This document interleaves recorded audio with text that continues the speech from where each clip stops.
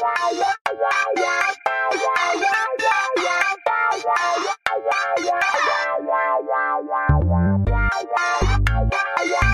guys, welcome back to the Cocktails and Culture podcast with myself, Brigethia Arai. And I'm Benjamin Coy. Welcome back. Welcome back, y'all. We are so excited. First of all, this is our season 2 finale. Yeah! Make some noise, y'all. What the fuck? Make some motherfucking noise for Sexy Red! Make some noise, y'all. What the fuck? Seriously, make some noise because Look at us. A whole other season. And so, We're so proud of you guys. We're really doing it. thank you. In light of that, we wanted to bring on some of our closest friends to have some fun conversations. And so, welcome Gerald. And Mama. So yes. yeah, so y'all want to do a little cute little intro, like who y'all are, what's tea, like what y'all got going on, who are you? I don't know. I guess the best way to describe myself is just the best person you've ever met. I don't know. Period. Okay, I like that. That was the voice. Yeah. Okay. Like I said, we're super duper excited to be here. Congratulations on all the success. And we're just happy that you guys even wanted to include us. Of course. I'll piggyback off of what you said. Congratulations, y'all. My name is Gerald. And yeah, that's it. Well, y'all, let's hop into it. This is the Cocktails and Culture podcast. So, of course, what is our cocktail for the day?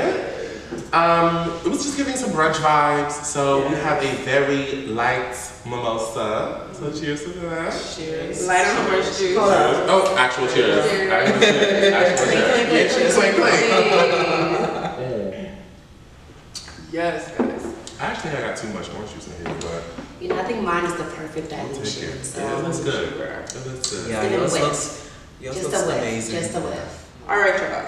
So we're gonna go through like a couple different topics and kind of just get all of our opinions on it, and just to start the conversation off.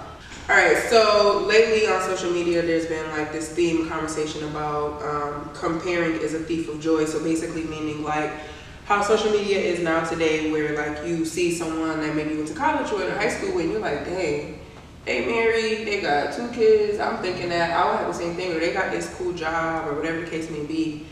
And a lot of times it just seemed like such a instant gratification, and like, you know, we want to see everything seems so fast, and it's like a highlight reel on social media.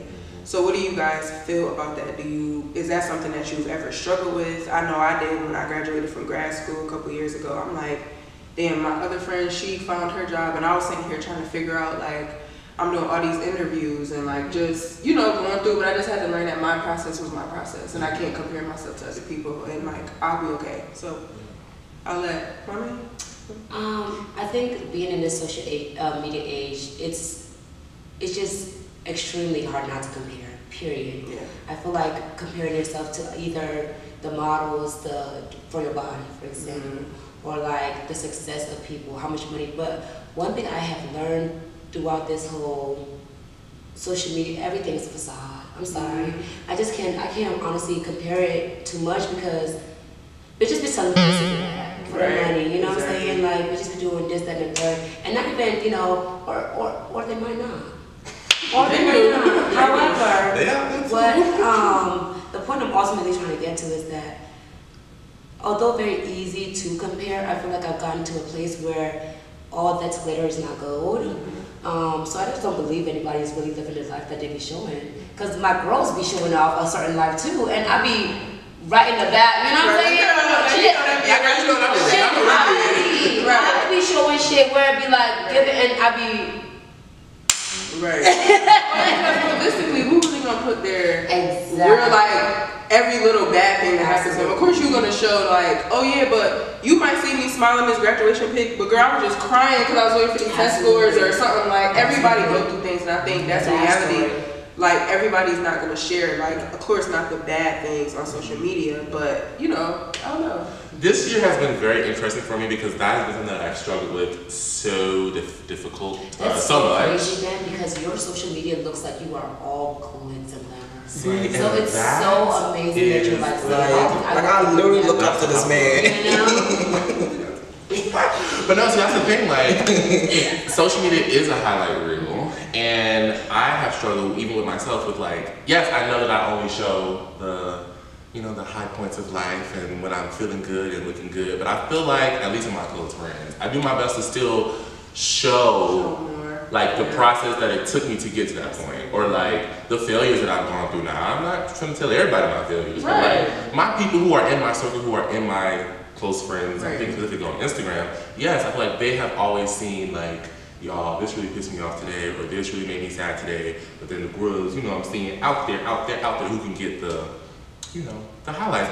I don't think it's a problem with that. I think sometimes we need to keep some of our vulnerable moments for ourselves. But sometimes there's vulnerable moments that we have that other people need to hear. And especially with the transparency of it all, right? Like people, no matter what, I think as human beings, we want to compare. Yeah. So I think when it's only highlights, especially for like the young kids growing up in this like social, it's no way you're not able to, like I just can't fathom how the pressures are for them. For especially body wise. Yeah. We're seeing 18-year-olds getting BBLs and stuff, so I just feel like I wish that we were not so highlight only oriented. I wish that we would show a little bit more of the negative. I know, you know, to be a close friend is something different, but that level of vulnerability, if you guys were able to show it more, would humanize you guys more. Yeah. I don't know. And that is what I was struggling with this year. The perception of comparing myself to my peers and people that I look up to, but also how do I become a voice, become representative of people that I love and support without showing the actual things that we go through to get to the successes that we have. So I'm working on that, so y'all gonna see how my failures soon.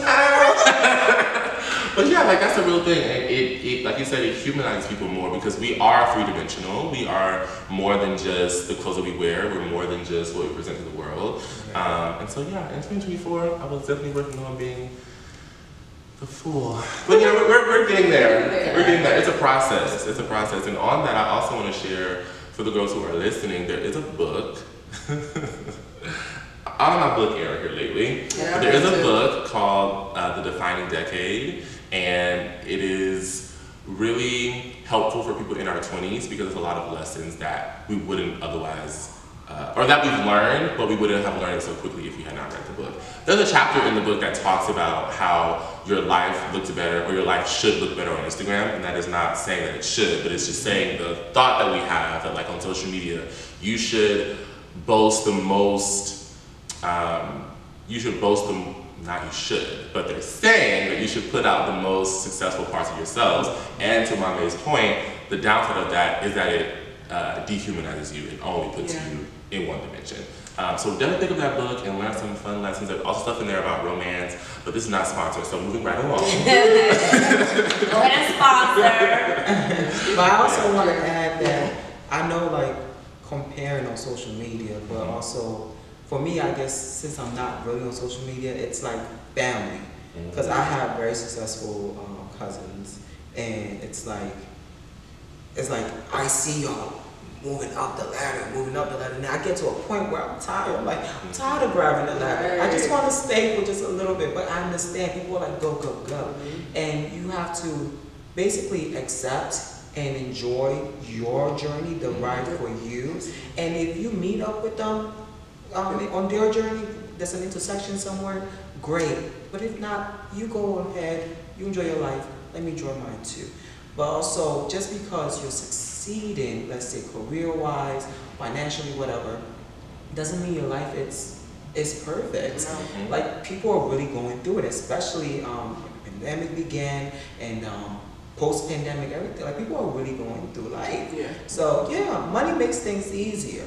Absolutely. But people are still going through it. That's so true. And actually, Gerald, you even bring up another thing that I think is more important that we really don't talk about in this age of like, we're like in this entrepreneurship age where everyone is trying to be on their Zoom, as we should be, but like, sometimes I do just want to rest. Sometimes I just want to sit back and let y'all do y'all thing and I just chill, and I want us to be more intentional about not just rest, but like filling up your cup so that you're not always pouring out an empty one. So yeah, rest, y'all.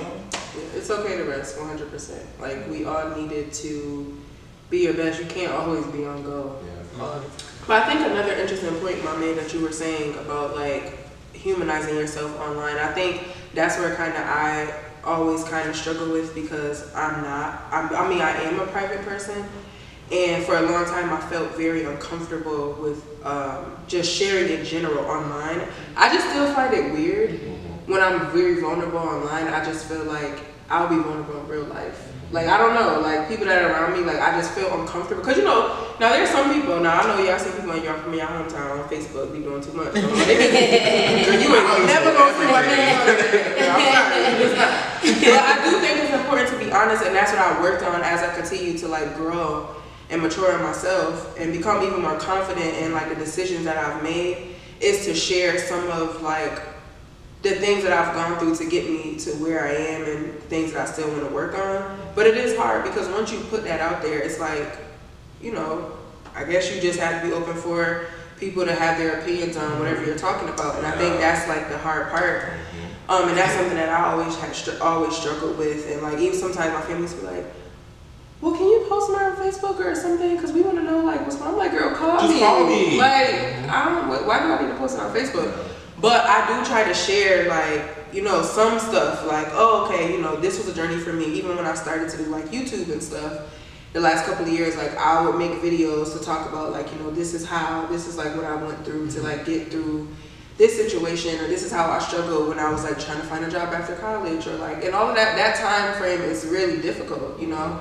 And, I don't know, I think it's, like, it has to be a balance, I think, because I also don't feel like you need to, like, tell every single thing. Like, I just don't feel, I feel like some things can be personal, and it's not that you're trying to make it look perfect, but like there has to be a balance. Yeah, you have to keep some things for yourself. Yeah, some things for yourself. Like, everybody don't need to know, you know, every little thing, like, especially now online. So I kind of want to push back on that, right? Like, not on the everything needs to be known, right?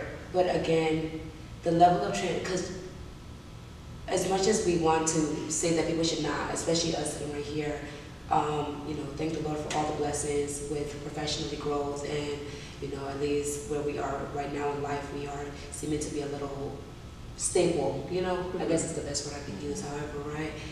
But without that level of transparency, and I guess, I don't know, like, I just keep thinking more so people under you who are looking up to you, who don't know your process, right? That's a big gap. That's a big gap of like, how did I go from here to here where there's no explanation? And privacy is beautiful. I'm trying to say ultimately that, like, I agree that not everything needs to be shared, but I think that some things do need to be shared. Absolutely. Because it goes back to, if you are sharing as like, okay, for instance, the struggle of Black trans women, right? Going from, you know, the struggling to identify with yourself. Take a sip of your champagne.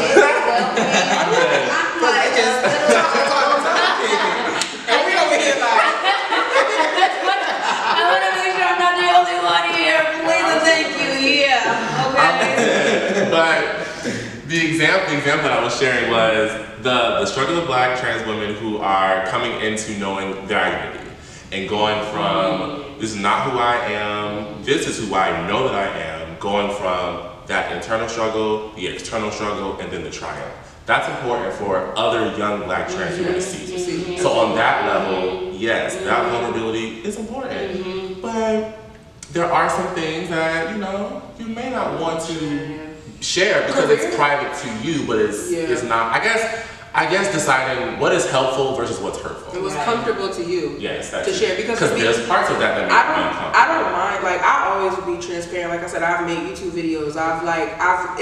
For me, like, the stuff that people see that me posting now, even about like work stuff, I would never, like, before I would never post, and some of my friends would be like, you should show the things that you're doing because it's so cool. And that made me feel like, okay, let me try to show it a little bit more because it's like inspiring for other people to see. But I have no problem like career-wise stuff like that, like talking stuff, but certain stuff for me is like, it takes me a while. Like when it comes to like relationship stuff and all that, that's just not my vibe personally. But that stuff as far as inspiring other people, 100%. Because that's what I literally do. Like that's what I'm passionate about, inspiring people that look like us. So. Now I have two things, but Jared was gonna say something. I'm gonna let him.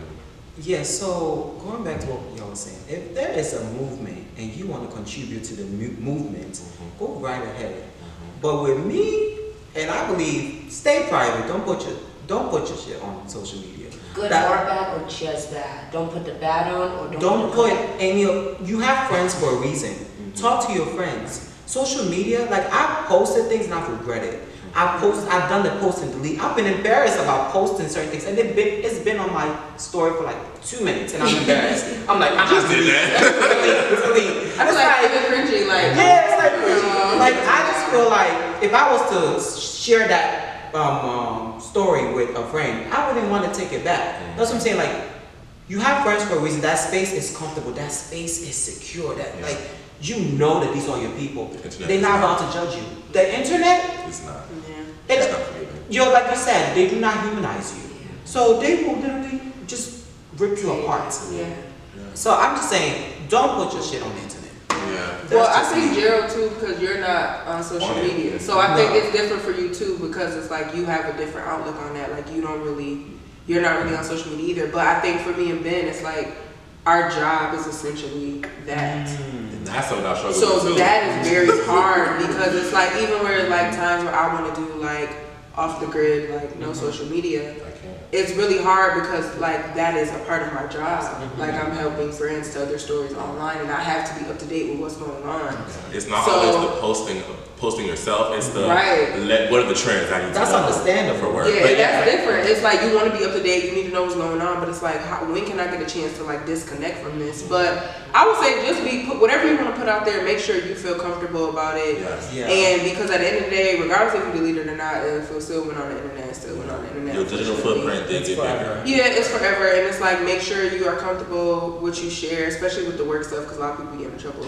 See, and that's what I was going to go to. There's so many other undertones to this conversation. There's perception, people not wanting to be perceived as one thing, even though they're sharing one thing. There's the, as young Black professionals, what we post today could come back in a positive way or a negative way in the future, and we're just having a great time enjoying it. So yes, having that outlook of how is this, I don't want to get into branding, but how is this promoting my personal brand of who I am? Is this a part of who I want my, professional contacts to see? And I know a few people that have gotten like fired from their jobs, and they were lawyers. A girl on TikTok with that she was a lawyer, Black girl. I think she was African as well, and she was balancing both of the two.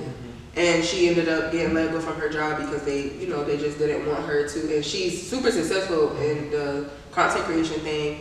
And the guy, you remember Dre Brown? Dre Brown from TikTok. Like he was dealing with his job, feeling like, listen, you telling these Gen Z people what they need to ask for at work, you messing with us. Like, you need to pick one or the other. And he making way more. He was making good money at his job because he worked at Big Tech, but he was making more money making content. So he like, shit, I'm about to just make content because I could be free and I could be myself. So, guys, I feel like you just gotta base it on your personal experience and what you feel comfortable with. And the last thing I'll say about this is, social media is not life. And I feel like... And that, emphasize that please, like repeat that sentence. Social media is not life. Right. And yes, to what my man was saying, yes, let's humanize our presence. Yes, to what Gerald was saying, don't say anything on social. Yes, to what Brigethia was saying, say what you need to say. But like, social media is not life. It's 5%, not even that, but like, of your life. So have those personal connections. The people that I've also had personal connections through social media. There's people that I met when I first started Instagram that I've never met, but I wanted to be so successful. Right. Like, it's not life, but you just Go touch grass. Go touch some grass. Go drink some water. And we're living proof telling you that, like, again, everybody don't post every little thing. And just know, do not base your life on what somebody else doing. Just like my mate said, like, you see the girls with the bags and all that, and you like, dang, I want to be like her. But and some of them, they doing it on their own. There's a whole bunch of women out here, especially black women that's out here successful, doing their thing, making their own money. Yes. But at the same time, there's also women that they may be in the They pictures be selling that cat. Yeah. And they also be in the pictures with their men, and they be buying them stuff, and they be going through it, girl. They be struggling, girl. But hold up, pause for a minute. Anyone feeling the I am. Yeah, I'm feeling I'm over here like, hold up. I'm gonna have to re-up. Yeah, we gotta re-up. Ooh, okay. Fine. Alrighty. We ready? Okay, so this year has been really, really exciting, really fun for me personally, between work, social, and here we're doing the Cocktails and Culture podcast. But one thing I've been really intentional about this year was balance. And it's balance between all of that. Balance between our social, balance between work, and also keeping things for myself. So, have y'all ever had to balance your social life versus your work life? Have you ever seen your social life getting more important to you versus your work, where your work is falling, or the opposite? Where have y'all been in that realm? I don't know. I think I definitely struggle with balance. One area of life is always going to take precedent, and I'm very much okay with it not being my job. I can't. But I don't know. This year, piggybacking off what you said, this year has been a very revolutionary period in my life, and I think that where I am now, balance it's just appeared with age, almost like, I don't know, like the domino pieces have really fallen together where it's just happened naturally. And I'm so grateful, because prior to it, I definitely was struggling with the work-life balance. Like, I'm going to choose life every time. And the work was indeed suffering. Now, we thank the Lord for all the blessings again, for the career changes. Now I have a good balance. But now, no. I'm gonna let y'all. We could hop back on here, but I'm gonna let y'all go ahead. Sure. I think I'm capable of balancing work and life. However, this year, the focus has really been myself, and I've been trying and intentionally putting myself out a bit more. But we see it. like, I'm trying to command or control my life in a way where I appreciate my own presence. And so I think work has been suffering. Like, I've been making minor mistakes, I've been forgetting things. Like, I am not that go-to, everything is detailed to, I'm not that person at work anymore. And that's also because I guess I kind of quit quietly. I gave up on work because it's not fulfilling anymore.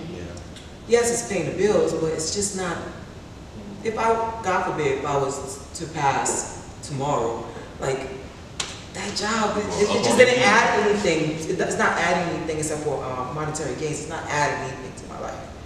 And so, so right now, life is taking precedent. But, I'm not balancing shit. I'm just enjoying life. Period.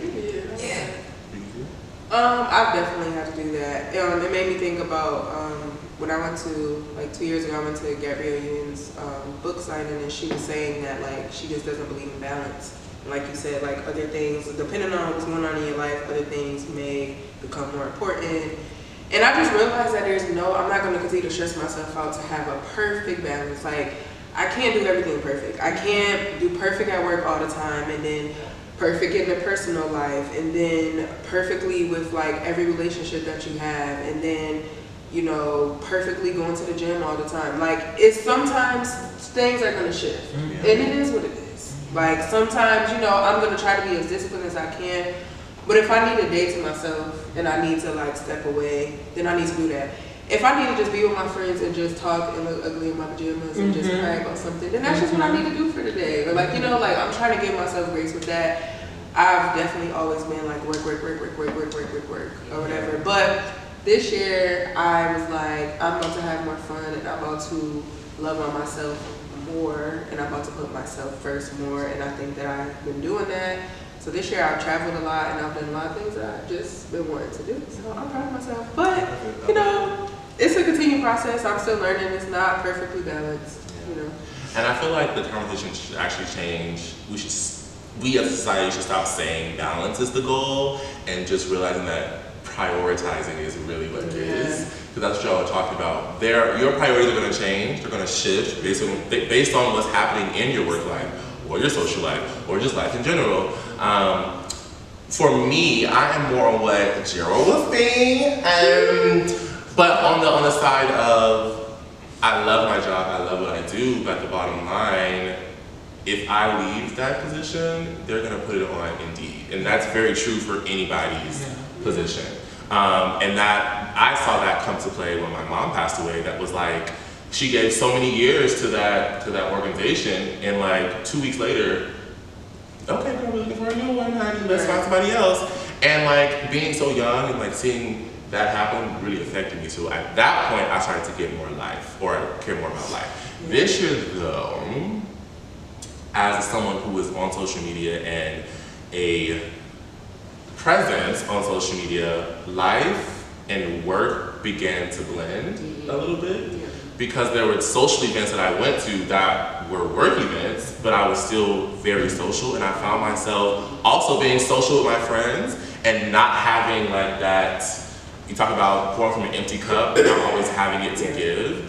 And so this year, I don't know if y'all know this, but I was so much more intentional about, I'm actually gonna just stay home today and be by myself and be alone. And sometimes it was me isolating and being a negative, it was like a negative comforting thing, but sometimes it was really like, okay, I really have been out and about and I really need to rejuvenate me, myself.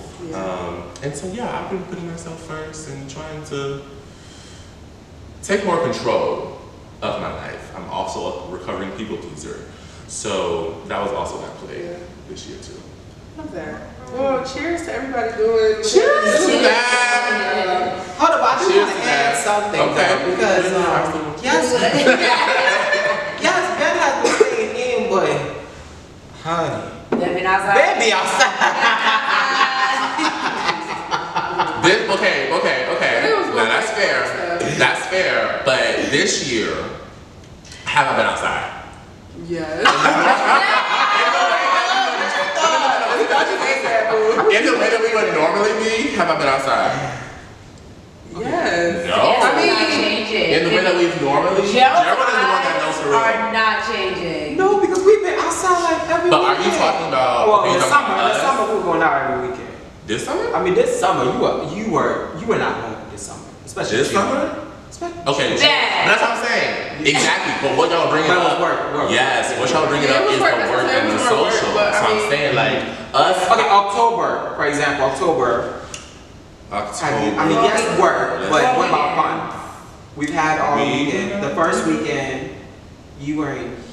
First weekend I was at home. Yeah. Second weekend I was at work event. Last weekend. We went out. What's that? What's We did it. Okay, we did it out there. Selective. The difference is, Joe and I have done a Friday, a Saturday, a Sunday, sometimes a Monday. Yeah. What I'm seeing, or what I would like to profess, is that I have reverted back from doing a Friday, a Saturday, a Sunday. Okay. It's been, maybe it's a Friday and a Sunday, maybe it's just a Friday, maybe it's a Sunday. I can't go as much as I used to go. Okay. Great. I know me, I was a girl. One or the other. What you want? Labor Day weekend? Baby, we did that, we went outside. Yeah. In order to the young interns. You're trying to clock me, wait a minute. Remember, because it was really selective and I'm not trying to clock me. selective. What were you gonna say? The young intern is leaving my body as I age, baby, because I just seriously can't even hang the way that I used to. Like, my body really feels differently after. Going out is a lot. What?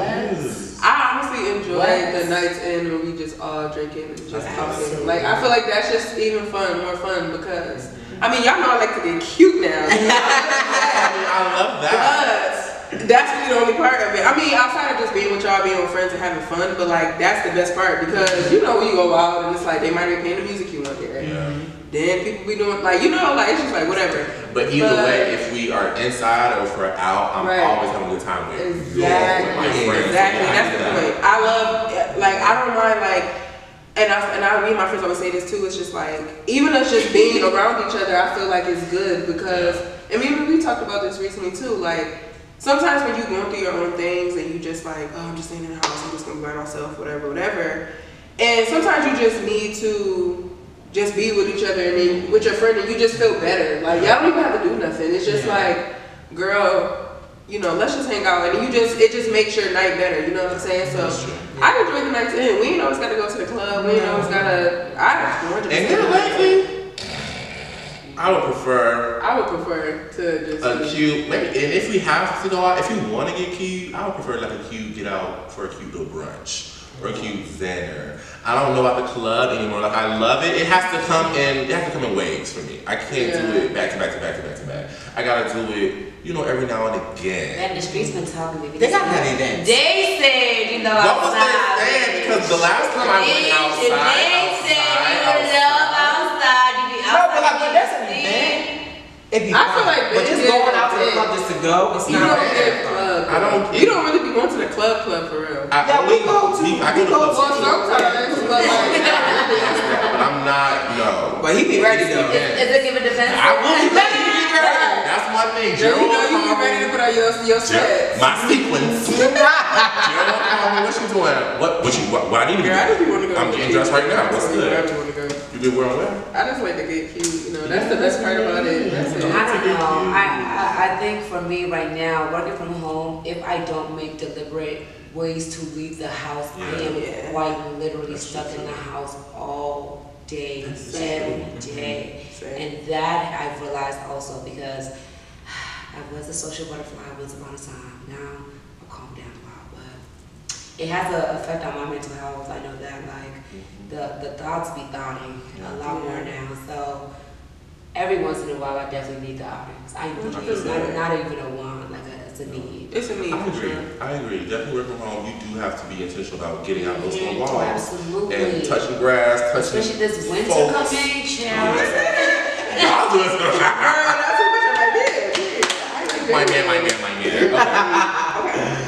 So basically, this name is gonna be, we're gonna basically like, what would you do? It's gonna be housewife scenarios, and we're gonna kind of just give like, we're gonna explain the situation again if y'all watch. I know Gerald definitely watch Housewives, but you watch a little bit. Sporadically. Okay. But we still gonna explain the scenario, just like a general thing, like if this happened to you, then what would you do? All right. Okay. All right. So the first thing, this is from Real Housewives of Potomac, and this is with Juan and Robin Dixon. Okay, and basically Juan and Robin has had a tumultuous relationship with like some cheating. They got divorced. They got remarried recently because, you know, he's cheated on her in the past. There's been a lot of things. I think he got dropped from the NBA. It was like a money thing too. Like she was the player. Remember the thing with the players too that happened with to Juan? Yeah. That too. But yeah, he's had like some money issues, and then now she's up. But anyways. Oh, their friend took their money. Yeah, the friend took the money. They had that in the past, and then they got divorced.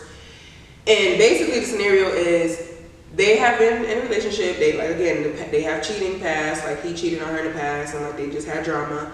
Now they're back together, and pretty much, a young lady reached out to Robin and said that I think that her and Juan had a situation with each other, right? And the information came out.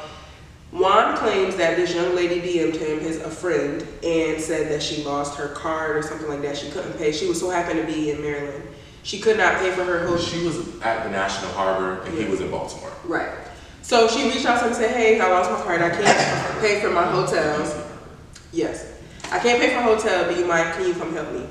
He came to the hotel. He paid for her hotel. He came from Baltimore. Down to the National Harbor. Yes. And he signed.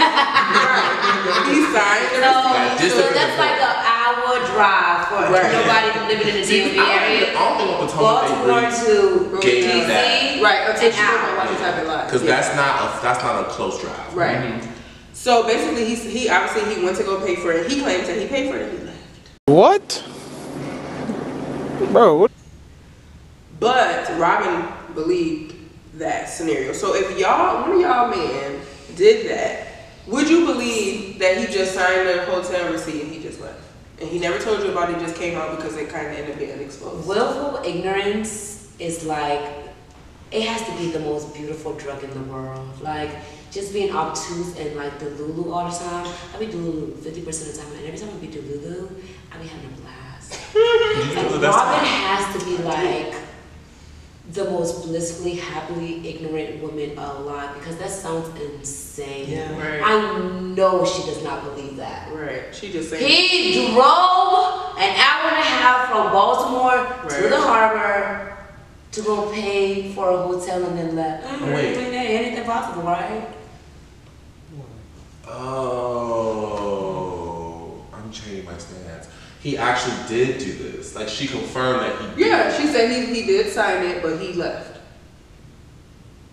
What's shaking? The whole time, y'all, I was thinking like, damn, this must just really be some, like, the reason I thought Robin was being so chill about it was because maybe it was just some, like, you know, I'm a housewife on Potomac, I'm famous, let me try to like get y'all the girl some- lied about it. Yeah, like, No. She said on Watch What Happened when Andy was grilling her about it. She was like, no, he signed it. That was just his friend, and he signed it, and then whatever, and then he just left. And then Andy was like, and then Ebony K. Williams was on there. She was like, looking at her like, girl, what? I do remember that. And she was like, you believe him? Do you believe that? And she was like, yeah, I believe him. I don't know, y'all. I don't know. Driving all the way from Baltimore to the National Harbor, I would not believe that that's all that you. That's a long drive. From my house to the National Harbor. And what's is the 40 minutes. relationship? What's the relationship where she had nobody else to call? So from my She knows understanding, you. is it saying that Right. he didn't have anybody actually, else to? She didn't have and anybody else. let me add to that. Apparently, this young lady, at least what Juan said, this young lady was supposed to be have dated somebody or dating someone who was a Baltimore Raven, like one of the football players. Yes. Oh, she added that in there, but that. And that's how they knew each other or something. But my thing, one, if that's true, why not just call me a Baltimore Raven? Why you couldn't call one of your friends and say, "Girl, cash at me a little Apple Pay me a couple dollars real fast"? And then why couldn't Juan just cash out or Apple Pay? Right? Why you had to see? Now, what you had to go to the hotel for? That is. Gerald, what you thinking, honey? But also, why not tell Robin? Exactly. Why didn't Robin go with him? Exactly. Yeah, or be like, hey Robin, this person Be lying. explain the situation and say, okay, I'm gonna go use my card for her. Da da. I don't understand why you had to do it. This in is secret. before or after they re got married. This is before. It was before, but she still decided to move forward with the marriage. But they kind of hid the situation that happened. And it came out after. It came out to the public after they got married. But also with Robin, I understand she loves this man. As in, they've been together since college. Yeah. And so there's a comfort there. However, I don't understand the marriage. You divorced for a reason. Yeah, you're living together, but I mean, you can date. Why marry again? Maybe tax reasons. Maybe you want to reduce the amount of taxes that you have to file every year. But why? When y'all just was in a relationship. yeah, y'all could just. I think she had That's the pressure case. for people keep asking them like, when y'all gonna get married? When y'all get married? Because they was dating now for a couple of years now. After they divorced and got back together. So I think she kind of just like did it because of everybody keep bringing it up. Because I felt like you said, I don't see what's the need. reason? Yeah. Do you think the enemy that you know is better than the enemy that you don't? Because at her age, right, to restart, yes, it's very possible to find a better man, everything. Yeah. However, that's a big if, right? And at the very least, she knows why. Yeah. She knows his tendencies. He fucking poked, he fucking bitches, he fucking hoes. But she knows why. Well, I understand that. She No, knows I why. wish you would also go ahead and get some too. Like, Some people not like that though. I can't imagine her with nobody else. I mean, if that's what it takes for her to move on, but it's just sex wise, not relationship. Like, go have sex with other people. I don't think that she wants to. I don't think she wants to either. I don't think she wants. I mean, I understand the connection that they have to one another because of the history that they have with one another. Like, they met when they were in high school. It was before college. High school. He didn't have any parents. No shade. Like, his parents, I think they died from like a drug overdose or something like that. So like her parents became his parents, and so he like, even though they were dating, he really became family. He became a part of the family. So like that bond and that connection happened way before he even became famous. So I feel like that is one of the roots of their relationship. But I get it. You know, how many times are you gonna allow someone to treat you wrong? But then again, what is Robin doing something? What is Robin doing? I mean, I hope she is, but also like what Mommy said, being delusional. We don't know. It allows you to live a beautiful life when you're delusional. So maybe that's just it. Yeah, ignorance is bliss. So maybe that's what she's doing. But you can't be telling me I can't be hearing too many things about my man in the streets, and I just think that's just a little too, like my ego, my pride, my everything. It's just too much. Like, I just feel like not saying that, no, just, sweetie, you got skin made of motherfucking insert heart material here. You know what I'm saying? Because, girl, that would be cutting me so deep, and you know how catty these girls are. Every chance they get, what? No. What they gonna do? And they do. What they should They do. No, that's embarrassing. I don't know. Nothing more in life I hate more than embarrassment. Like, yeah. And you know. One, you're on TV. You know you know people are watching you. So why be so stupid? Right. That's really the thing. But a lot of guys be doing that. They end up getting caught up. You know, like they deal with these women, and then you're a celebrity. You know people gonna be in your business. You know people are gonna try to figure out exactly. So it's like, why? To me, it just gives you don't care because you just being reckless with it. Like, be like the men back in the day that you ain't find out they cheated until they died. You can't do that now. You got social media. You can't do that. Like on the newest season. First of all, did y'all watch The Real Housewives of New York? Yes. You did? What do you think? What are your thoughts? The reboot, how did you like that? Do you think it was successful? I think it was acceptable. Yeah, because they are brand new girls. They are introduced. This is an introduction. Yeah. So I didn't have any high expectations, but I liked getting to know them. Okay. I think they have the potential to be, very successful. Okay. They may need to add an additional person. I think so. But right now, it was just it's good. It's good. I like that. I think an additional person would be great. Do you think that a reboot would work in Atlanta? Yes. A full reboot or a partial? Partial. Okay. Who from previous are on your partial? Actually, they're all leaving? Actually, revoking what I just said. I think a full reboot, mainly because I really want to see more wealthy people on that show. I don't want the show to be the reason why you're rich. I want you to come in with some type of history.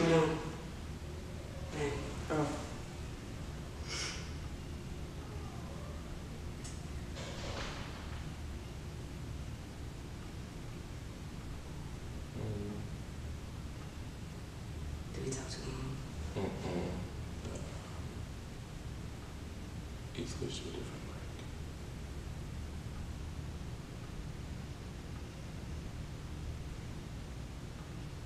Okay. Alright. So as I was saying, I want you to come in with some type of history. I need you to be established. Because when I watch the shows, I want to be in awe. But right now, Atlanta is that. I didn't even watch the past season. I couldn't get past the first episode. It was boring. Even Kenya was bored. She had nobody to, nobody to go back and forth with. Like, it was boring. And a full reboot would be nice. But if they don't do that, then yes, bring back Kenya, bring back Candy, Portia, and I forget who are the girls. You not bring back Needy? No, I don't think Nene needs to come back. Okay. I think Nene should be done with the Real Housewives. I think Nene, I actually like that. She just created, she's back on YouTube. I think she needs to, she needs to create something of her own. Was that last some shade, Miss Girl?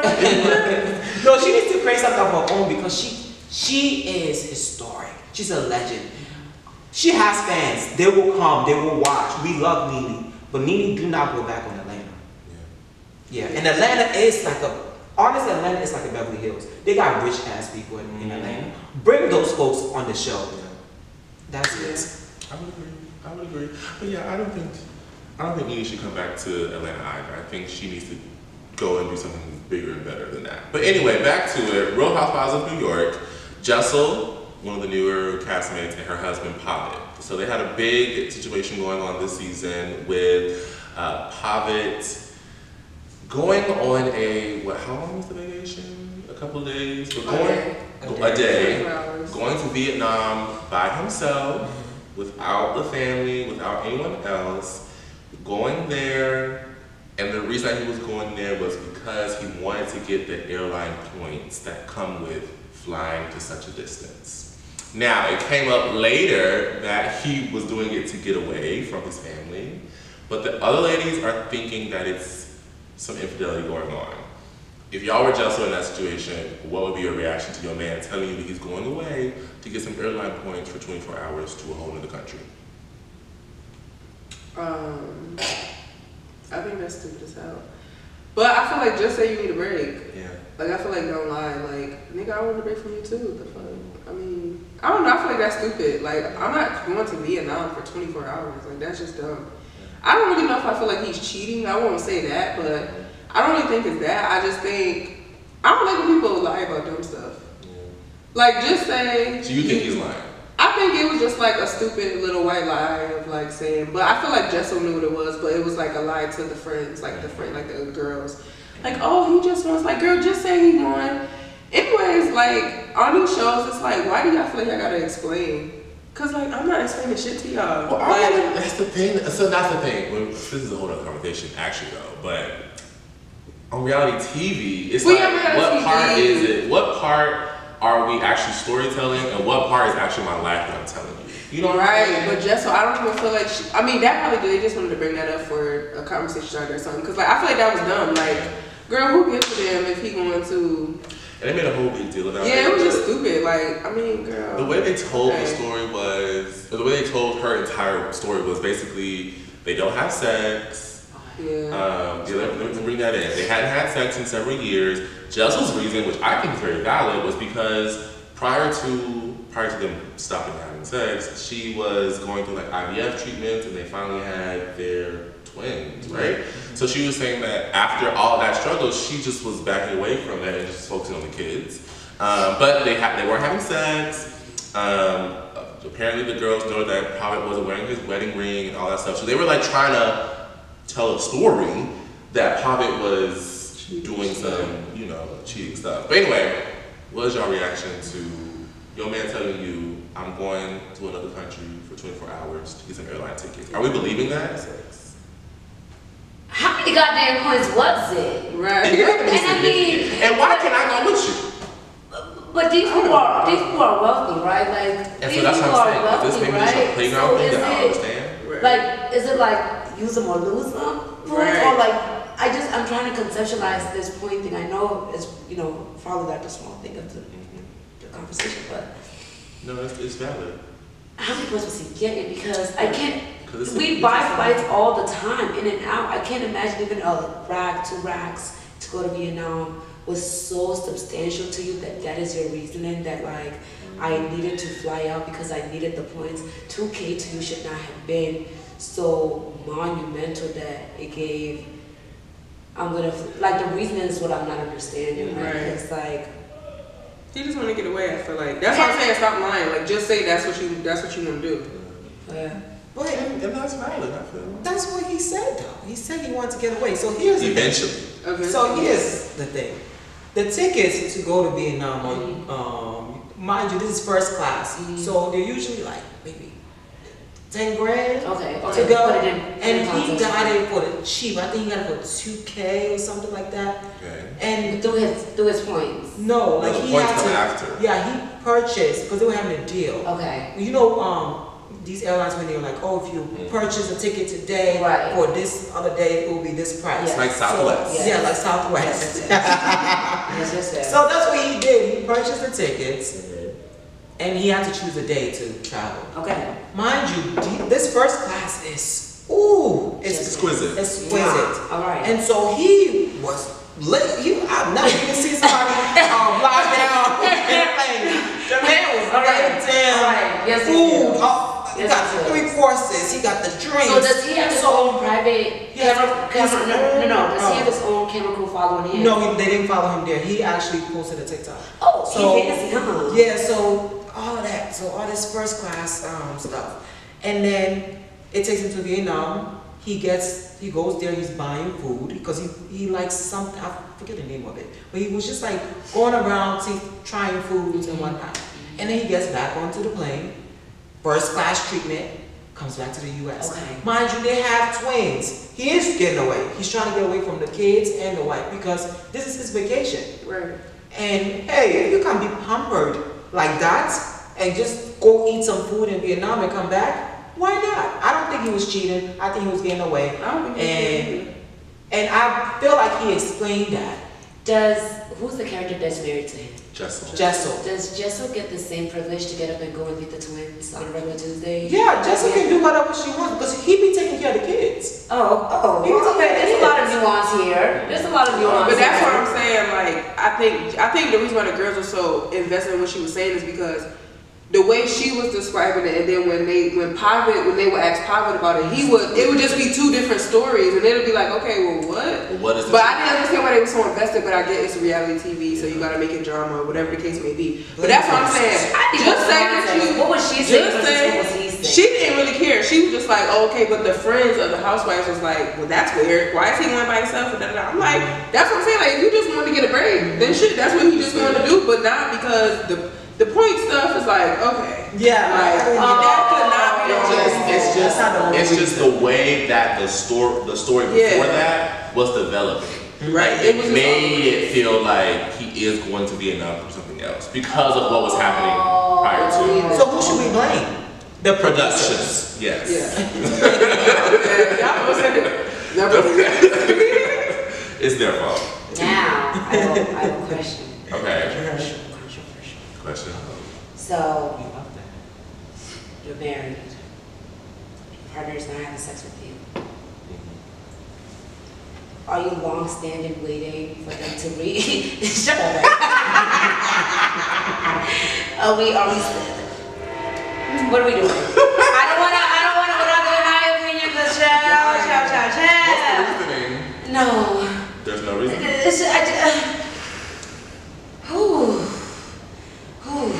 As in how long can they? How long are you going without the sex? How long are you going? Because I mean, if you are my partner, then you are definitely my best friend.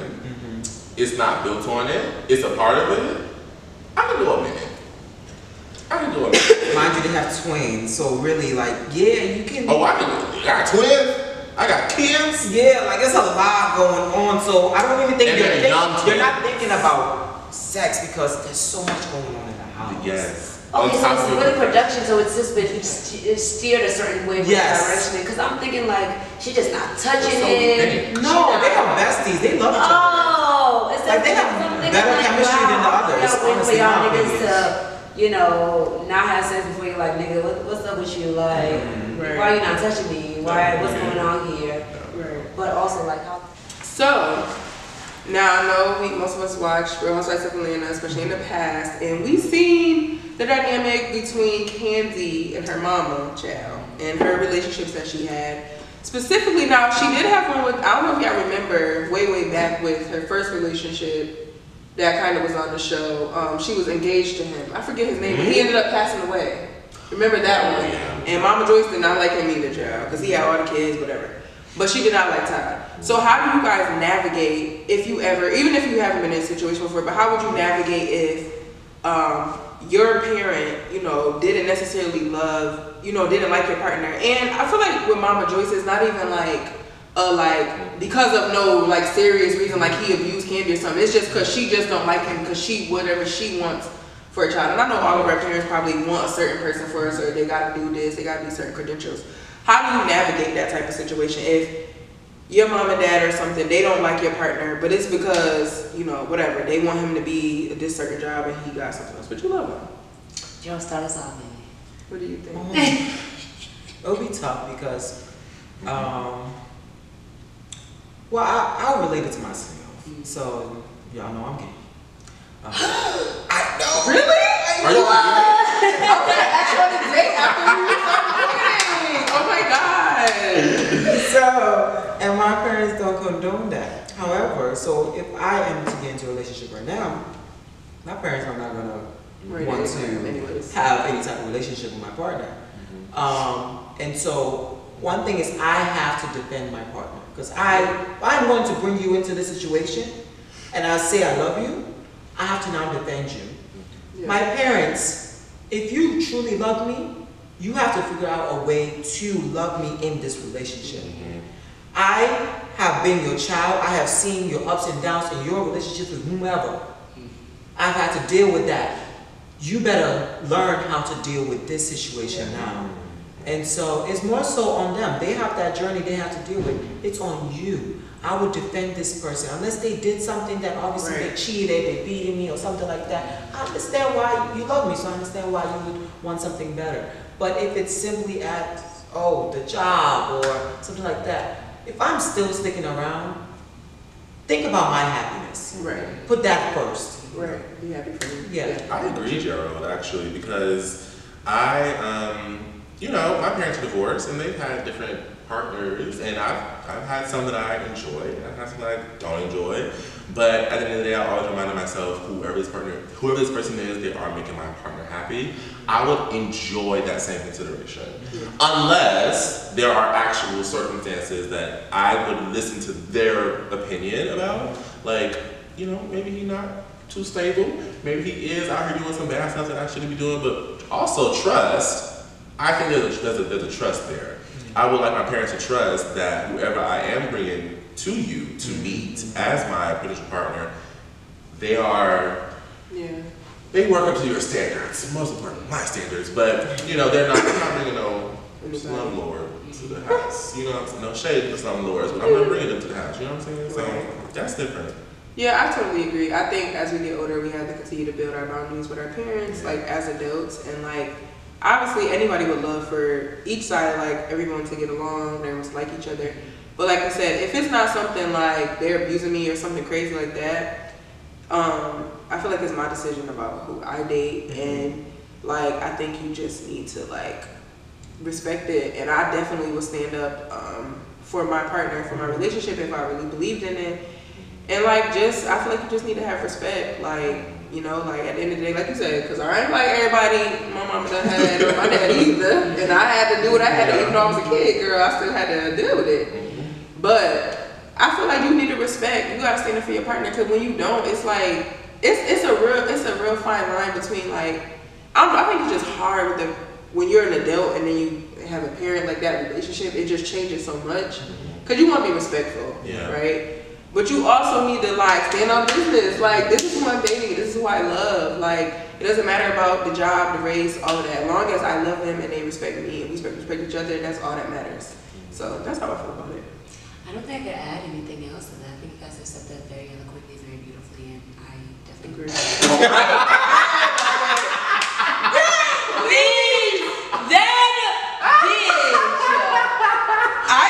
Sorry, because I was trying to be so straight, like, yes. So eloquently. Girl.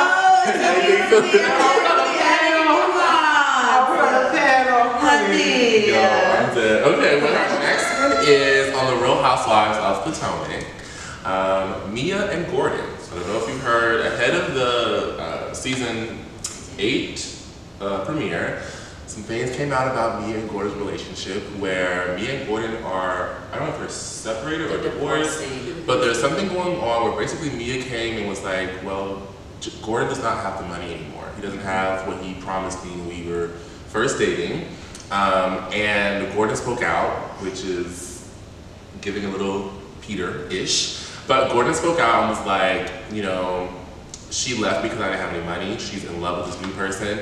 But he said originally, and actually this goes into the conversation we just had, when they had an agreement when they first started dating, or they were first together, where Gordon realized the age difference between himself and Mia and gave Mia the permission to satisfy her needs whenever he was unable to do so. Things changed where Gordon no longer had the access to the finances that that Mia had grown accustomed to.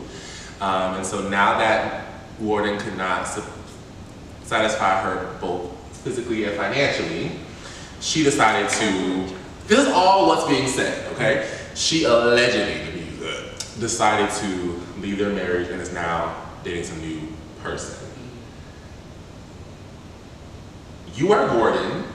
What is your response to your Mia? If you were Gordon. Oh, he told us what he said.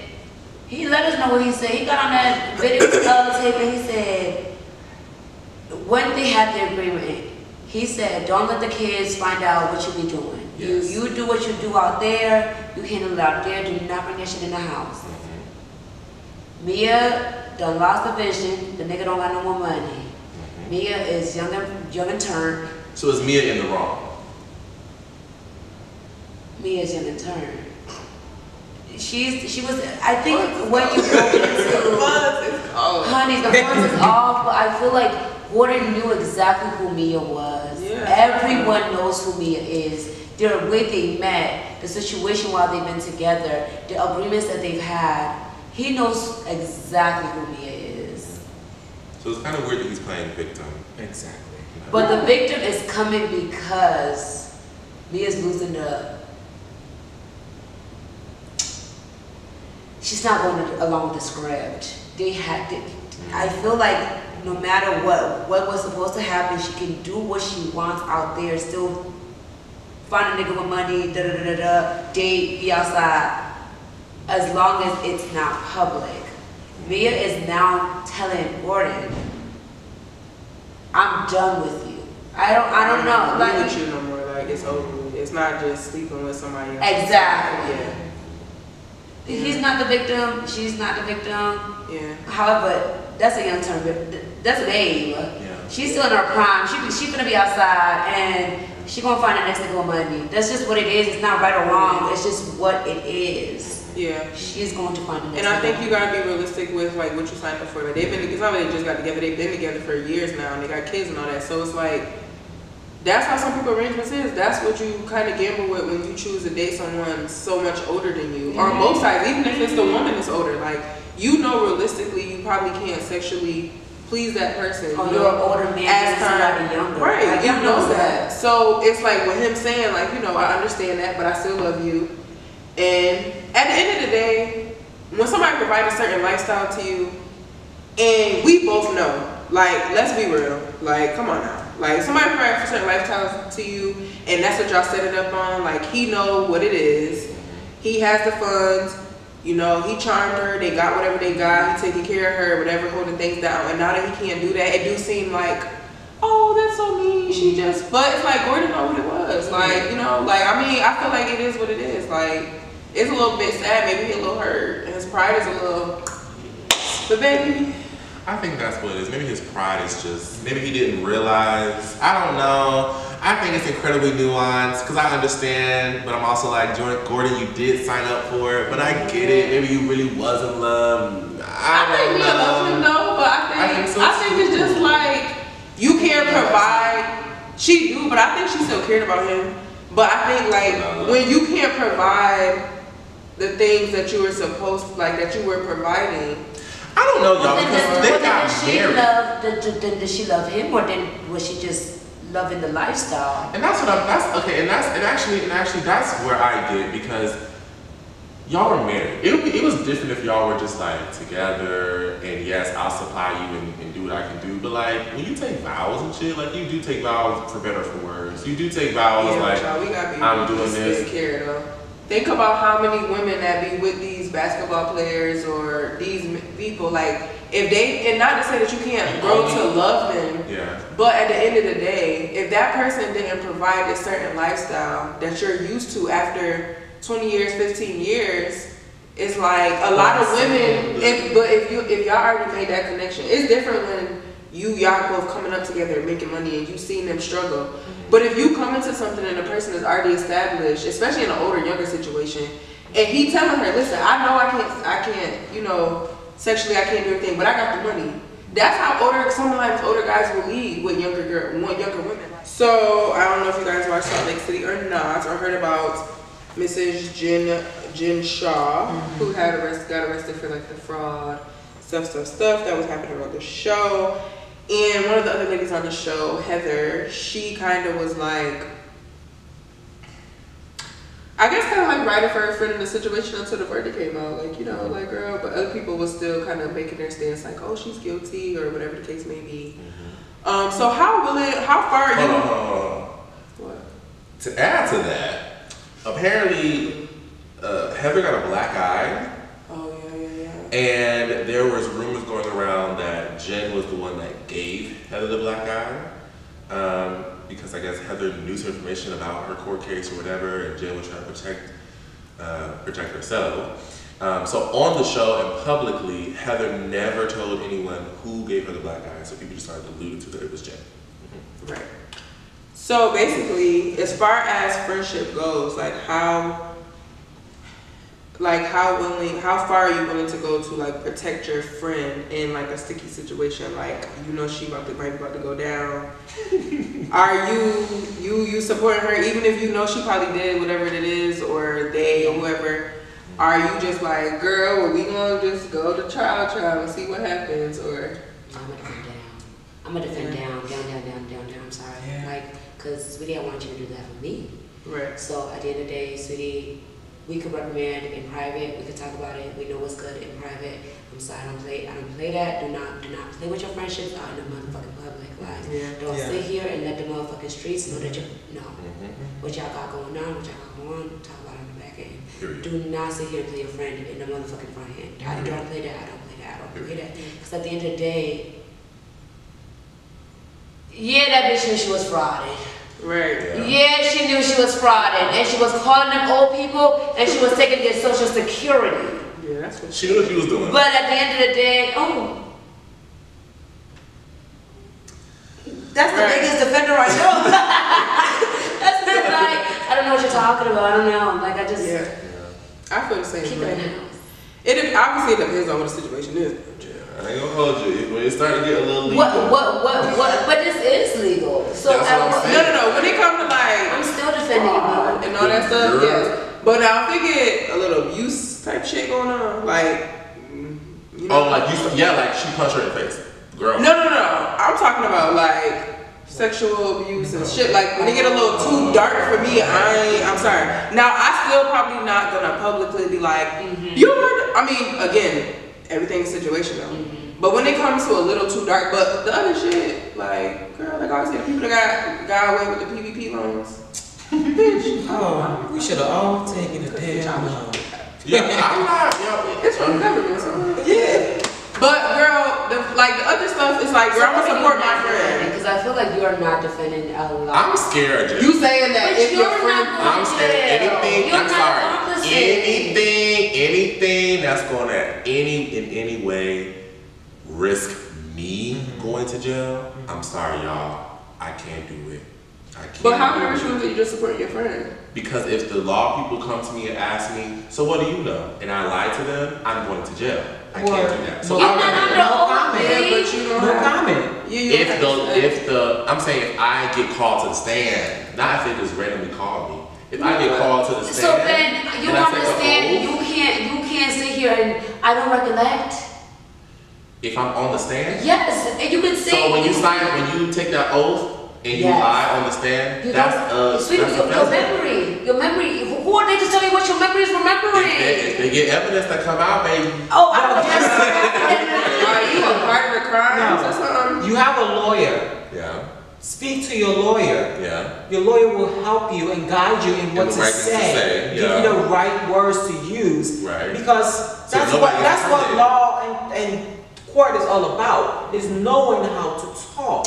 I would rather I not even be put in a situation. The way my anxiety that's not gonna work for me. I'm just saying, I'm saying like supporting just as like, supporting. I'm not gonna be publicly out here like, I'm not saying bitch, she did that, yup, she scammed the people. No, I'm not gonna say that. I'm not gonna say anything to anyone about anything. Yeah, I'm not saying nothing. That's I'm gonna support my friend. Like, I'm gonna be like, girl, I'm gonna talk to her. I'm gonna make sure, girl, if you going to jail, girl. We gonna talk about we gonna go to the club and shit, girl. We gonna go to dinner, girl. But yeah, I'm sorry. When baby, Right. When they start talking about, oh Ben, if you don't say this, you could be facing this. So Ben, you have the option. You have the option. I also have no. I don't know. To that you are on the stand. 3 days in jail. I'm giving you just follow along. Just follow along. Okay. Just follow along. 3 days in jail. And your friend's 5-year sentence gets cut down to 1 year. It's on me. 3 years. And I got you 3 days. What kind of what? Play along, bitch. Play along. I'm giving you the scenario. Because I know like you say it. Oh, what it? Because I don't like. Let's keep it fraud. 3 days is too long. That's a weekend. Let me do 1 day. I can do 1.5. I'm in booking. No, you wouldn't. I'm in gym. I have a uniform on. Baby, you in. I'm not putting on a uniform, baby. I'm sorry. I'm not putting on a uniform, nobody. For somebody to cut down from 1 to 5 to 1. I'm not putting on a uniform. I cannot do it. I love y'all down. I cannot go to jail. I cannot go to jail. Bitch. My black gay ass in jail. I cannot do that. I'm sorry. I cannot do that. I can't do confinement. I can't do that. I cannot. 3 days, man. I can't. No, do jail. but listen. I can't. He brought up a good point. He I said can't. his black gay ass. 3 days You see could my ass in mean. jail? No. 3 days could mean 1, you're being physically like assaulted, or even killed. And then 2, I love you down, but girl, now my record fucked up. Like, now I can't get us nowhere. You know what I'm saying? Like, now I love those too. Like, girl, I love you down. I'm saying, you know what? Don't think you go get yourself a new one. Okay, it's not on your record. It's not on your record. Okay. It's not 1 day. It's 1 day. 3 days. Just serve a look in your org suit. 3 days. Ben, It's a 3 days. 2-piece. 3 days and you're protected. Okay. Well, no, because obviously nobody go. No, he has to OD. be protected. Right. There Nobody has to gonna be see certain. You know what? But it's like 6 days in when they go in. I mean, nobody really know that they in. You know what I'm saying? They just be in there. Like they don't be getting nothing. But he gotta be protected. Jail is hard, y'all. Have y'all been watching these documentaries? Jail is difficult. I ain't never been, girl. That's hard. So that's a hard 3 days protection. Has to But be I feel like no they- record. of No, course. This is my lawyer. 3 Well, days yeah, like, I mean- protection, on sale, on catering. I'm out of jail, but in the physical. No, I'm just saying. No, listen. Celebrities be getting protection all the damn time. I'm saying- I'm saying he needs some protection. I can do a halfway. Y'all not gonna tell me what my scenario is. You gotta go to jail for it. He needs protection. That's bad because it's like Jail. he gay. I can't do jail. He gay. Somebody gonna do In something. there gay too? Yeah, but they I be can't do jail. doing some. Yeah, he's gay. It's not the jail. I can't do jail. I love y'all down. Jail is not for me. But I will. Like I will. The books are always fully funded. I'm crying. I will do the back end. Been 5 years to Let me tell you something. I'm dealing with a nigga. Well, this is what I be watching. I'm not a trap queen. Love me either. Definitely. I watch this show Love After Lockup. It's hilarious. I don't know if y'all watch it. This shit be cracking me up. But I think it's just something wrong up here when you choose to date somebody that's already in jail.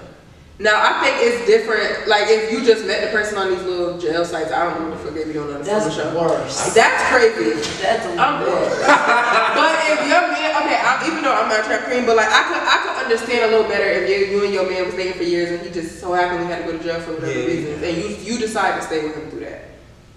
I could logically understand that. Right. Wait, so you would hold your man down? I can hold you down.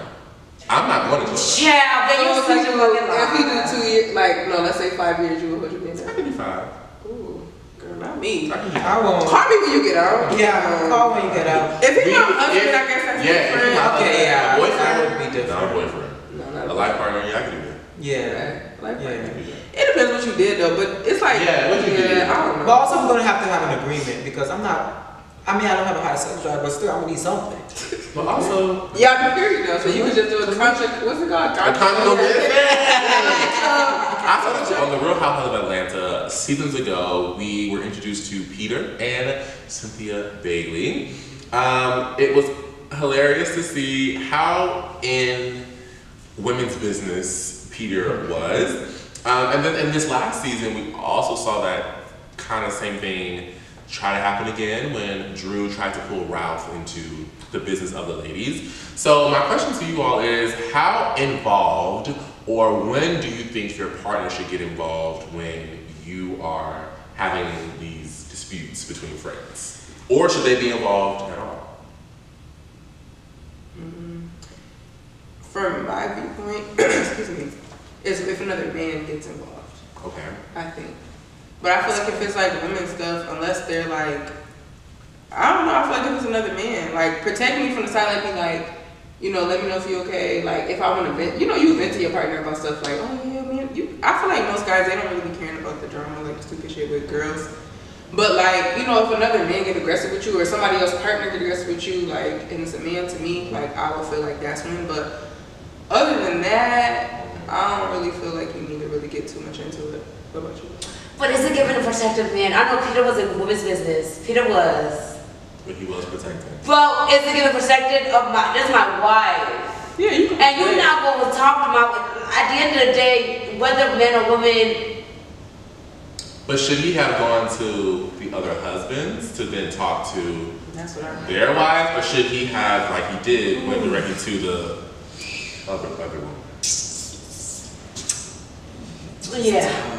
That's tough. I feel like we want to say no, stay out of him, but that's your man. That's your husband. Or I just find that unattractive a little bit.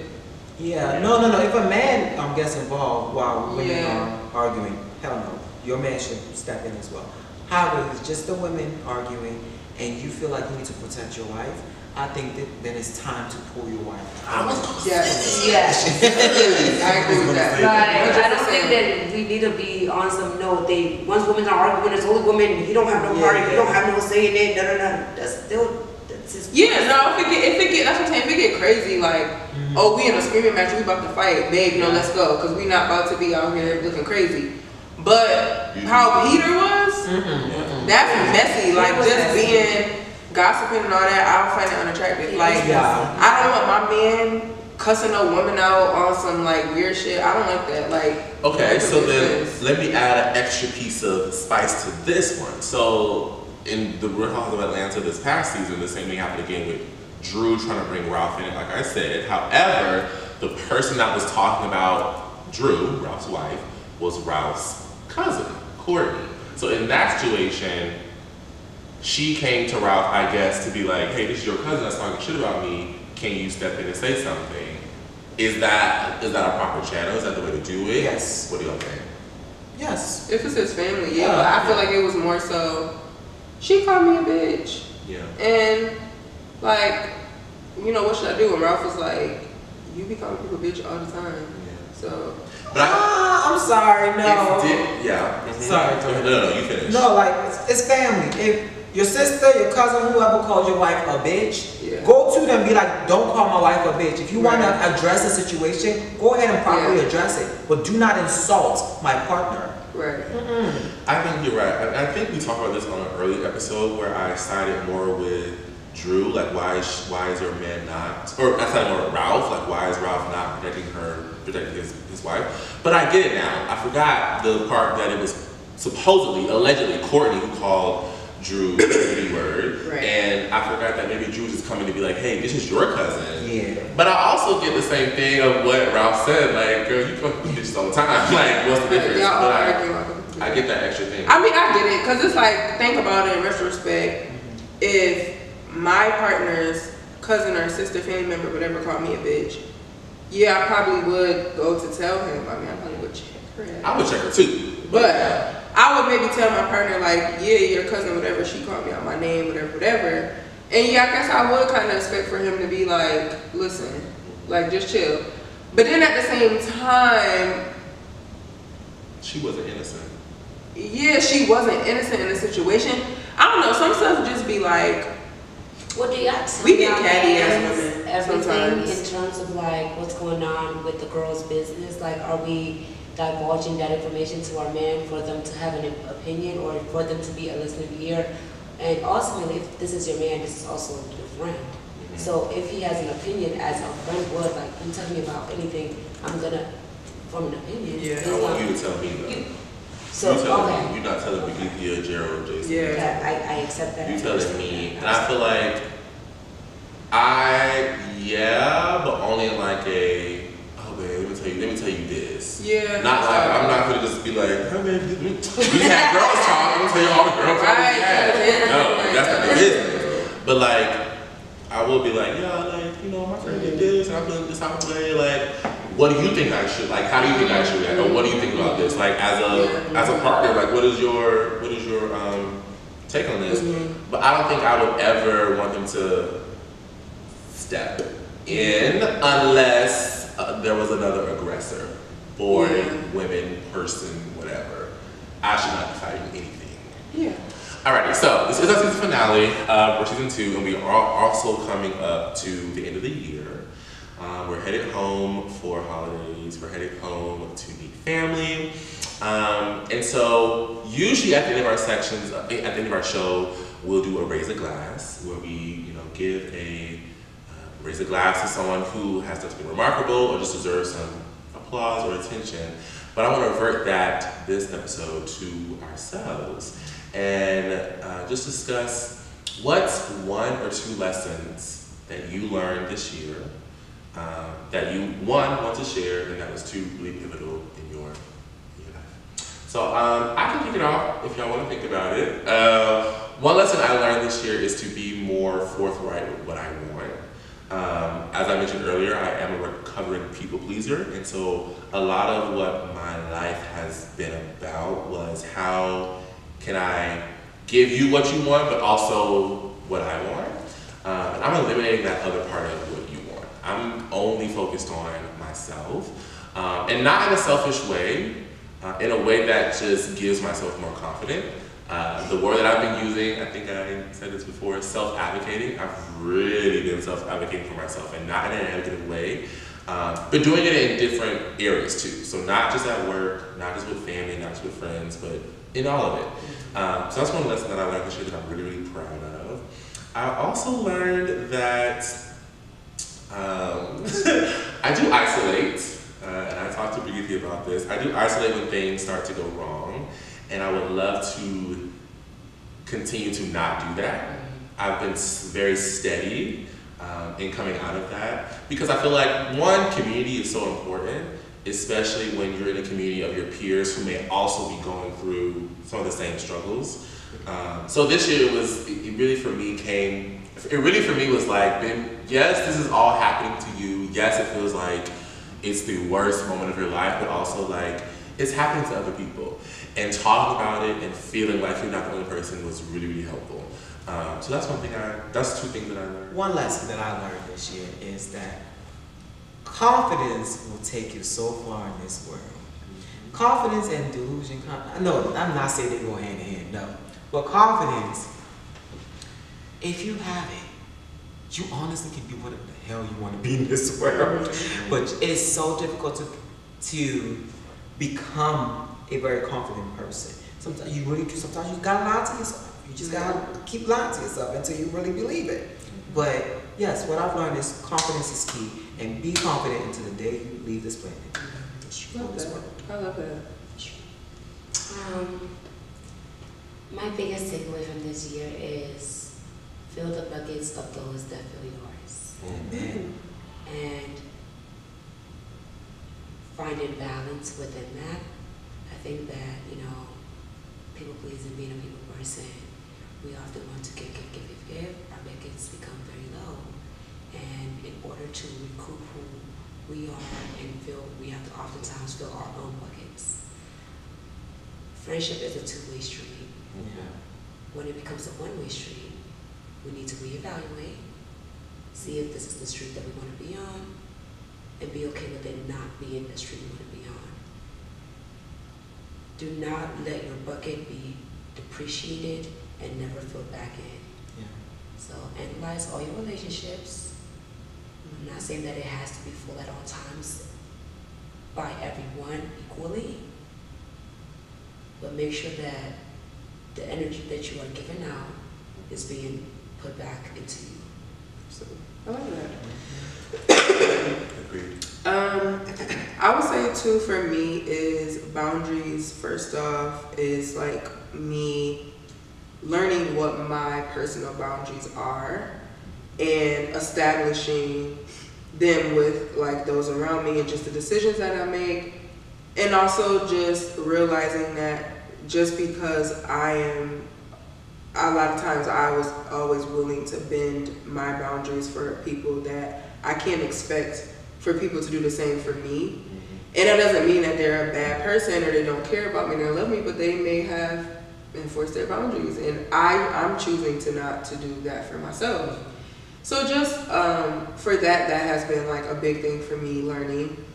And then I would say just I don't know, just doing more things for myself, like even when it comes to just like really prioritizing therapy and like all of those things, because whether people realize it or not, that's a part of self-care. And like I realize that it has been beneficial for me to do therapy and just things that just make me feel good about myself, and like just continue to do things that I love to do. And I know isolation is not always good, but sometimes you do need to just step away. And sometimes I would just always keep going and going and going, even if I felt burnt out or I just felt like I didn't have much to give. And I would just always put myself to last, So I'm just learning to put myself first, and I feel like it's been working for me, child. So that's what I'm going to continue to do. Yeah. Listen, and that just, thank y'all for sharing. It's important to share. Yeah. And be in community and all of this, all of your lessons actually I've also felt this year as well. But shout out to y'all for learning and growing.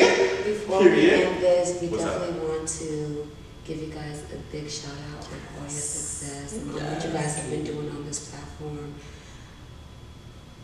I just see such greatness within both of y'all, and I cannot wait for what season 3 is gonna hold. I cannot wait to see you guys continue to grow, continue to build, continue to network, continue to receive all the blessings that are coming your way, because sweetie, they are coming. And we just love this for you. Thank you.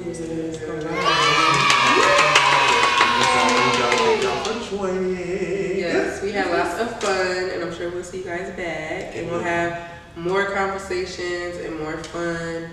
And yeah, I'm excited about season 3. It is coming. It's coming. But I'm excited to just get into the new year and just finish off the rest of this year. But yeah, thank you guys so much for joining us today. It's been fun. It's been a pleasure. It's been a good combo. Amazing. Really appreciate y'all. And yeah. Yes. Ice cream so good. No, seriously. It's been really good. And Ben, thank you, of course, for being an amazing co-host. I hate saying goodbye. Oh my god.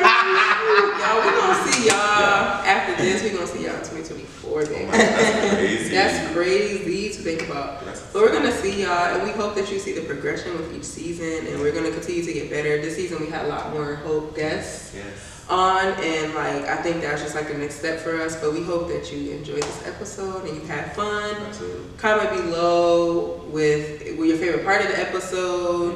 What do you think about some of the conversation? And also comment below what lessons you learned this past year. What you learned this past year? Community is important. Yes. So what lessons did you learn this past year? Let us know if you agree, if you can relate to anything that we talked about. Yes. And we appreciate y'all for watching. Subscribe, all of that stuff that we tell you every episode. All the things. We're on Instagram. We're on TikTok, Twitter or X, right. and Christian Mingle. But yes, YouTube. Subscribe, follow, like, comment, share, all those things. We don't call it X. It's just Twitter. Ooh, feel me? Follow us there. And until next time, which is 2024. Oh my gosh. Cocktails and culture.